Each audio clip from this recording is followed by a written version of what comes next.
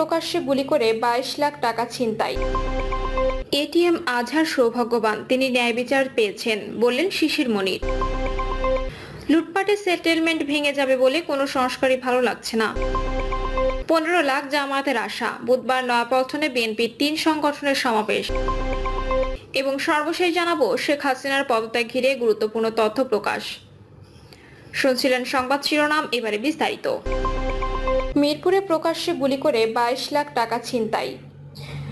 রাজধানীর মিরপুরে এক ব্যবসায়ীকে গুলি করে 22 লাখ টাকা ছিনিয়ে নেওয়ার ঘটনা ঘটেছে। গুলিতে মাহমুদ মানি এক্সচেঞ্জের মালিক মোহাম্মদ মাহমুদুল ইসলাম গুরুতর আহত হয়েছেন। তাকে শহীদ সোহরাওয়ার্দী মেডিকেল কলেজ হাসপাতালে ভর্তি করা হয়েছে। সকাল 10টার দিকে এই ঘটনা ঘটে। সেনাবাহিনী, পুলিশ ও র্যাব সহ অন্যান্য আইন শৃঙ্খলা বাহিনীর সদস্যরা ঘটনাস্থলে উপস্থিত হয়েছেন। পুলিশ জানায়, গুলিবিদ্ধ মাহমুদুলের বাড়ি জামালপুরের মাদারগঞ্জে। তিনি মিরপুর 6 নম্বর সেকশনের 4 নম্বর লেনে পরিবার নিয়ে বসবাস করেন।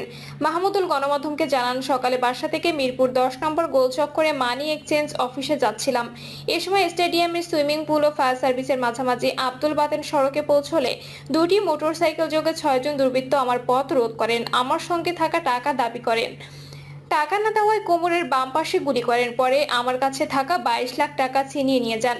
স্থানীয় লোকজন আমাকে উদ্ধার করে একটি হাসপাতালে নেয়। পরে উন্নত চিকিৎসার জন্য শহীদ সোহরাওয়ার্দী মেডিকেল কলেজ হাসপাতালে নিয়ে আসা হয়। স্বজনরা জানিয়েছেন, আহত ব্যবসায়ীর কাছ থেকে তারা 22 লাখ টাকা নিয়ে গেছেন। এ বিষয়ে মিরপুর মডেল থানার ওসি মোহাম্মদ সাজ্জাদ রুমন জানান, দুর্বৃত্তদের গুলিতে এক ব্যবসায়ী আহত হওয়ার কথা শুনে তাৎক্ষণিক মিরপুর বিভাগের সহকারী উপ পুলিশ কমিশনার সহ ঘটনাস্থলে উপস্থিত হয়েছি।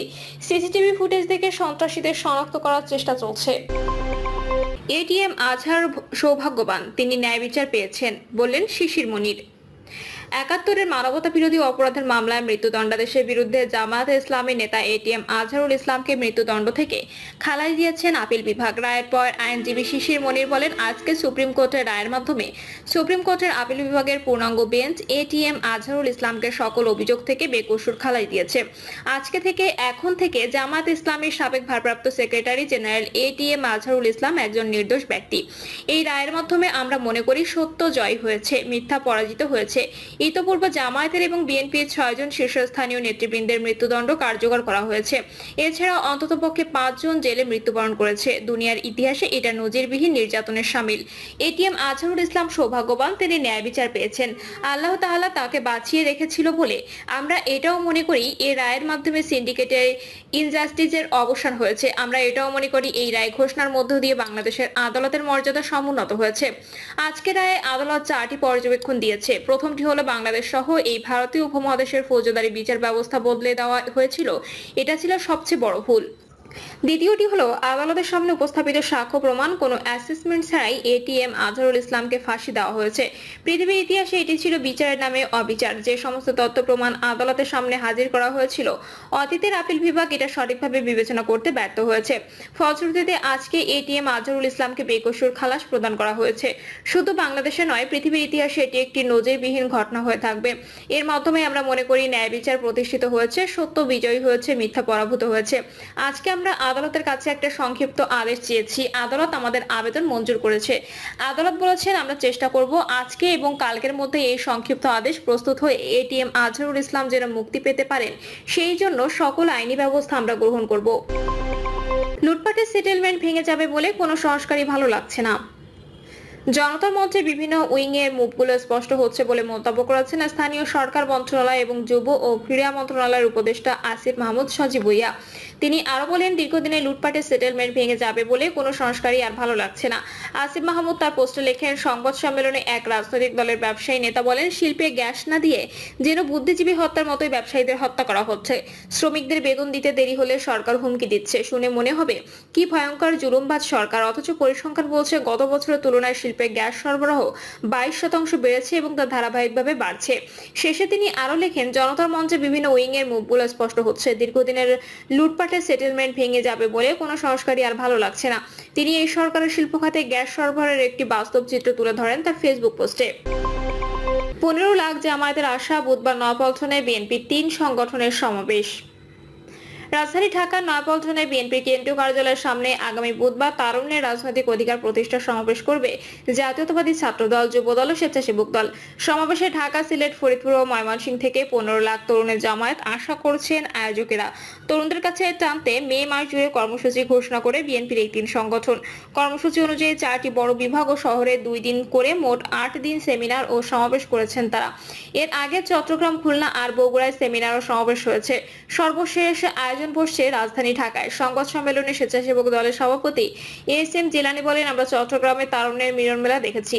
খুলনা ও বগুড়ায় আমাদের লক্ষ্য শতভাগ অর্জিত হয়েছে। ঢাকায় সমাবেশে সব রেকর্ড ভেঙে 15 লাখ তরুণ তরুণী যোগ দেবেন বলে আশা রাখছি। শেখ হাসিনার পদত্যাগ ঘিরে গুরুত্বপূর্ণ তথ্য প্রকাশ। প্রসিকিউশনের পক্ষে আন্তর্জাতিক অপরাধ ট্রাইব্যুনালে চার্জ দাখিল করা হয়েছে। দাখিল করা এক নথিতে 2024 সালের আগস্ট মাসে বাংলাদেশের রাজনৈতিক পরিস্থিতি, গণ অভ্যুত্থান এবং তৎকালীন প্রধানমন্ত্রী শেখ হাসিনার পদত্যাগের প্রেক্ষাপট ঘিরে গুরুত্বপূর্ণ তথ্য উঠে এসেছে। জুলাই অভ্যুত্থানের সময় রাজধানীর চানখারপুল এলাকায় সংঘটিত মানবতা বিরোধী অপরাধের মামলায় আনুষ্ঠানিক অভিযোগ দাখিল করা হয়েছে। নথিতে বলা হয়, 4 আগস্টের রাতে শেখ হাসিনার নেতৃত্বাধীন সরকার গ্যাং অফ 4 নামে পরিচিত 4 শীর্ষ নেতা ওবায়দুল কাদের, আনিসুল হক, সালমান এফ রহমান এবং আসাদুজ্জামান খান কামালের পরামর্শে কঠোর অবস্থানে যায়। তারা শেখ হাসিনাকে ক্ষমতা ছাড়তে নিরুৎসাহিত করেন এবং সেনা পুলিশ সমন্বয়ে আন্দোলন দমনের পরিকল্পনা নেন।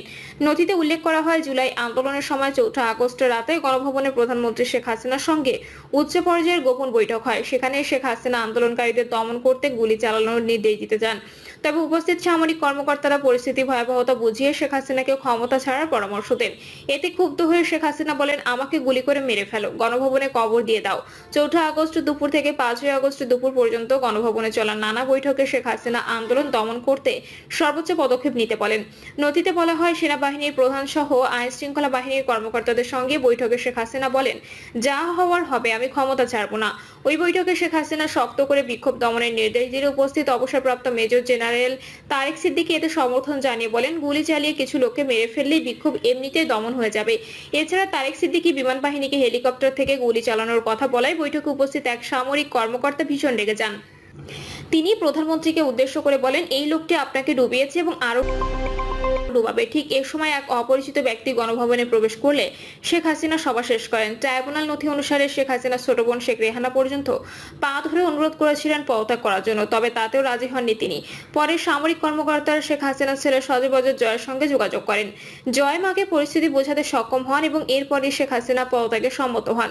নথিতে আরো উল্লেখ করা হয়, শেখ হাসিনা চেয়েছিলেন একটি বিদায়ী ভাষণ টেলিভিশনে প্রচার করতে, তবে সামরিক কর্মকর্তারা তা অনুমতি দেননি। 5 আগস্ট দুপুরে শেখ হাসিনা আনুষ্ঠানিকভাবে পদত্যাগপত্র দেন এবং পরে ভারতে পালিয়ে যান। গণভবনের রুদ্ধদ্বার অবস্থায় কাটানোর শেষ 2 দিনে তিনি যে কোনো মূল্যে আন্দোলন দমন করতে চেয়েছিলেন।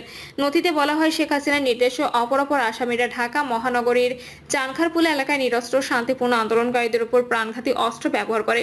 গুলিতে স্কুল ছাত্র শাহরিয়ার খান আনাস, শেখ মাহদি হাসান জুনায়েদ সহ আরো অনেকে শহীদ হন। এই মামলায় পলাতক আসামি ঢাকা মেট্রোপলিটন পুলিশের যুগ্ম কমিশনার সুদীপ কুমার চক্রবর্তী। তিনি একটি উচ্চ পদে থেকেও প্রধানমন্ত্রী শেখ হাসিনার আজ্ঞাবহ হয়ে 1 জুলাই থেকে 5 আগস্ট পর্যন্ত ছাত্র জনতার উপর গুলি নির্দেশ পালন করেন। আন্দোলন দমনের লক্ষ্যে Dhaka metropolitan police commissioner Habibur রহমানের নির্দেশে সুদীপ কুমার চক্রবর্তী 5 আগস্ট সকাল 6টায় শাহবাগ থানায় উপস্থিত হন। এ সময় আন্দোলনকারীরা যেন কেন্দ্রীয় শহীদ মিনারের দিকে যেতে না পারে সেজন্য পুলিশ কর্মকর্তাদের নির্দেশ মোতাবেক অস্ত্রশস্ত্র পুলিশ সদস্যরা সরাসরি গুলি করেন। নথিতে আরো বলা হয়, 14 জুলাই রাতে সাবেক প্রধানমন্ত্রী শেখ হাসিনার নির্দেশে আওয়ামী লীগ, যুবলীগ, অন্যান্য অঙ্গ সংগঠনের নেতাকর্মীরা অস্ত্রশস্ত্রে সজ্জিত হয়ে ঢাকা বিশ্ববিদ্যালয়ের নিরীহ নিরস্ত্র শিক্ষার্থীদের উপর হামলা করে। হামলার সুযোগ করে দেন Dhaka metropolitan police commissioner Habibur Rahman. ট্রাইব্যুনালের প্রসিকিউশনের ভাষ্য অনুযায়ী শেখ হাসিনা 5 আগস্টের গণঅভ্যুত্থানের পর্যন্ত গণহত্যা চালিয়ে ক্ষমতায় থাকার চেষ্টা করেন। তার বিরুদ্ধে এমন তদন্ত প্রতিবেদন প্রস্তুত করা হয়েছে যা বিশ্বের যে কোনো আন্দোলনে দাখিল করা হলে তাকে অপরাধী হিসেবে চিহ্নিত করা সম্ভব হবে।